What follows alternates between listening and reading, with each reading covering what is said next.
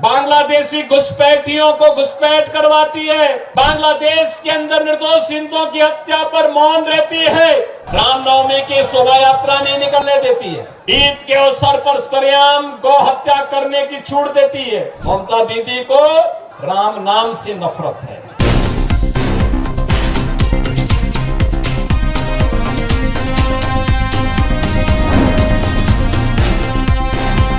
नमस्कार, मैं हूं तमन्ना। आप देख रहे हैं द संकेत लाइव। आज की इस विस्तृत और गहन विश्लेषण वाली रिपोर्ट में हम बात करने जा रहे हैं पश्चिम बंगाल की राजनीति में उठे उस बयान की जिसने भाषा, संस्कृति, पहचान और चुनावी रणनीति को लेकर एक बड़ी राष्ट्रीय बहस छेड़ दी है दोस्तों।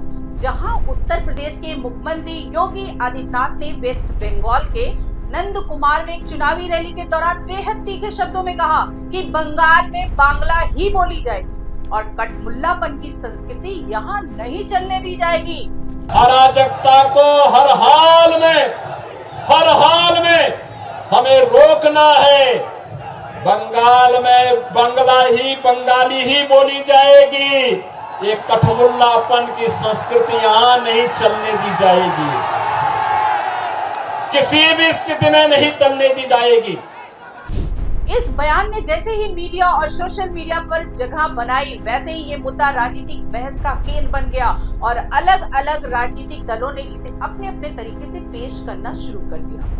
दोस्तों, ये सिर्फ एक बयान नहीं है, बल्कि इसके पीछे छुपी राजनीति, टाइमिंग और मैसेजिंग को समझना बेहद जरूरी है दोस्तों, क्योंकि ये बयान ऐसे समय में आया है जब पश्चिम बंगाल में चुनावी माहौल चरम पर है और हर पार्टी अपनी राजनीति के जरिए मतदाताओं को प्रभावित करने की कोशिश कर रही है।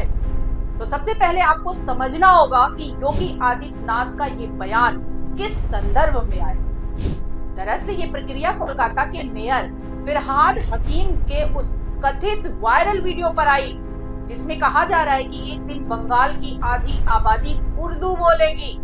इंशाअल्लाह ताला एक दिन ऐसे होगा जब बंगाल के आधे पॉपुलेशन वो भी उर्दू बोलेंगे और उर्दू शेर शायरी बोलेंगे। हालांकि इस वीडियो की सत्यता और उसका पूरा संदर्भ अब तक पूरी तरह स्पष्ट नहीं है, लेकिन इस बयान ने राजनीतिक हलचल जरूर पैदा कर दी है दोस्तों। और इसी को आधार बनाकर योगी आदित्यनाथ ने अपने भाषण में इसे एक बड़े सांस्कृतिक और पहचान के मुद्दे के रूप में पेश किया।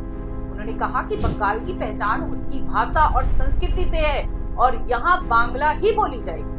और मुझे तो देख करके अफसोस हुआ जब कोलकाता का मेयर कहता है कि यहाँ की आधी आबादी को उर्दू बुलवाएंगे। मैं उनको बोलना चाहता हूं कि यहाँ की जनता उर्दू नहीं बंगला बोलेगी और कोई भी माई का लाल बंगाल की संस्कृति के साथ खिलवाड़ नहीं कर सकता है। पूरा देश मोदी जी के नेतृत्व में आपके साथ खड़ा है। आपके आन मान शान के साथ कोई खिलवाड़ नहीं कर सकता है। उन्होंने ये भी कहा कि कोई भी ताकत बंगाल की संस्कृति के साथ खिलवाड़ नहीं कर सकती और जो लोग उर्दू थोपने की बात करते हैं उन्हें जवाब दिया जाएगा। तो दोस्तों, यहाँ पर ये समझना जरूरी है कि भाषा का मुद्दा भारत जैसे विविधता वाले देश में हमेशा से संवेदनशील रहा है और जब इसे राजनीति से जोड़ा जाता है तो इसका प्रभाव और भी ज्यादा गहरा हो जाता है। योगी आदित्यनाथ ने अपने भाषण में सीधे तौर पर तृणमूल कांग्रेस यानी टीएमसी पर हमला बोला और आरोप लगाया कि राज्य सरकार तुष्टीकरण की राजनीति कर रही है। इनके देशद्रोही मंसूबों को पूरा नहीं होने देंगे, अन्नदाता किसानों के साथ अन्याय नहीं होने देंगे, किसी प्रकार की अराजकता को नहीं चलने देंगे। जैसे डबल इंजन की भाजपा की सरकार ने उत्तर प्रदेश को दंगा मुक्त, कर्फ्यू से मुक्त, किसी प्रकार की अराजकता से मुक्त किया है, ऐसे ही डबल इंजन की सरकार भारतीय जनता पार्टी के नेतृत्व में बनने दीजिए। फिर सस्य श्यामला मातरम, वंदे मातरम की धरती हमारा बंगाल फिर से बनेगा। उन्होंने कहा कि टीएमसी बंगाल की मूल पहचान को कमजोर कर रही है और वोट बैंक की राजनीति के चलते ऐसे बयान सामने आ रहे हैं। उन्होंने लोगों से अपील की कि वे इस साजिश को समझे और पश्चिम बंगाल में डबल इंजन की सरकार बनाकर विकास और सुरक्षा को सुनिश्चित करें। तो दोस्तों, योगी आदित्यनाथ ने अपने भाषण में उत्तर प्रदेश का उदाहरण भी दिया। उन्होंने कहा कि 2017 से पहले यूपी में भी गुंडागर्दी और अराजकता का माहौल था, लेकिन बीजेपी सरकार आने के बाद स्थिति बिल्कुल ही बदल गई। उन्होंने दावा किया कि अब वहां न कोई दंगे होते हैं और न ही कर्फ्यू लगता है। माफियाओं के खिलाफ सख्त कार्रवाई की गई है और कानून का राज स्थापित हुआ है। उन्होंने ये भी कहा कि उनकी सरकार किसी एक समुदाय का तुष्टीकरण नहीं करती, बल्कि सभी के लिए समान न्याय सुनिश्चित करती है। दोस्तों, इस बयान का एक और पहलू भी है जो इसे और ज्यादा विवादित बनाता है। वो है योगी आदित्यनाथ के पुराने बयानों से इसकी तुलना विपक्ष लगातार कर रहा है और ये सवाल उठा रहा है कि जो नेता उत्तर प्रदेश में हिंदी और उर्दू को लेकर सख्त रुख अपनाते हैं, वही नेता बंगाल में बांग्ला भाषा की बात क्यों कर रहे हैं? क्या यह एक तरह का राजनीतिक दोहरापन नहीं है? वहीं विपक्ष का कहना है कि चुनावी राज्यों में स्थानीय भावनाओं को साधने के लिए नेता अपने बयान बदलते हैं और यही उस बयान में देखने को भी मिला। दोस्तों, योगी आदित्यनाथ ने अपने भाषण में बंगाल की सांस्कृतिक विरासत का जिक्र करते हुए कहा कि ये वही धरती है जहां स्वामी विवेकानंद और रामकृष्ण परमहंस जैसे महान व्यक्तियों ने जन्म लिया। ये बंगाल की ही धरती है जिस धरती पर जन्म लेकर के एक सन्यासी वैश्विक मंच पर भारत के सनातन धर्म का झंडा गाड़ने का काम करता है और गर्व से कहता है कि गर्व से कहो हम हिंदू हैं। और हिंदूपन का एहसास किसी ने किया था और करवाया था तो स्वामी विवेकानंद ने इसी पावन धरा से किया था। लेकिन वर्तमान सरकार इन महान विभूतियों के विचारों का सम्मान नहीं कर रही। उन्होंने आरोप लगाया कि बंगाल में हिंदू पहचान खतरे में है और ये सब तुष्टीकरण की राजनीति का परिणाम है। दोस्तों, उन्होंने घुसपैठ के मुद्दे को भी जोरदार तरीके से उठाया और कहा कि पश्चिम बंगाल में अवैध घुसपैठ के कारण जनसांख्यिकी में बदलाव आ रहा है, जो राष्ट्र की सुरक्षा और सामाजिक संतुलन के लिए खतरा है। उन्होंने ममता बनर्जी सरकार पर आरोप लगाया कि वो इस मुद्दे पर कार्रवाई नहीं कर रही क्योंकि उसे अपने वोट बैंक की चिंता है। योगी ने ये भी कहा कि अगर बीजेपी सत्ता में आती है तो राज्य में कानून व्यवस्था को मजबूत किया जाएगा और महिलाओं के खिलाफ होने वाले अपराधों पर सख्ती से रोक लगाई जाएगी। बहन और भाइयों, ममता दीदी को राम नाम से नफरत है। रामनवमी की शोभा यात्रा नहीं निकलने देती है, नहीं निकलने देती है। दुर्गा पूजा में व्यवधान पैदा करती है। ईद के अवसर पर सरेआम गौ हत्या करने की छूट देती है। बांग्लादेशी घुसपैठियों को घुसपैठ करवाती है।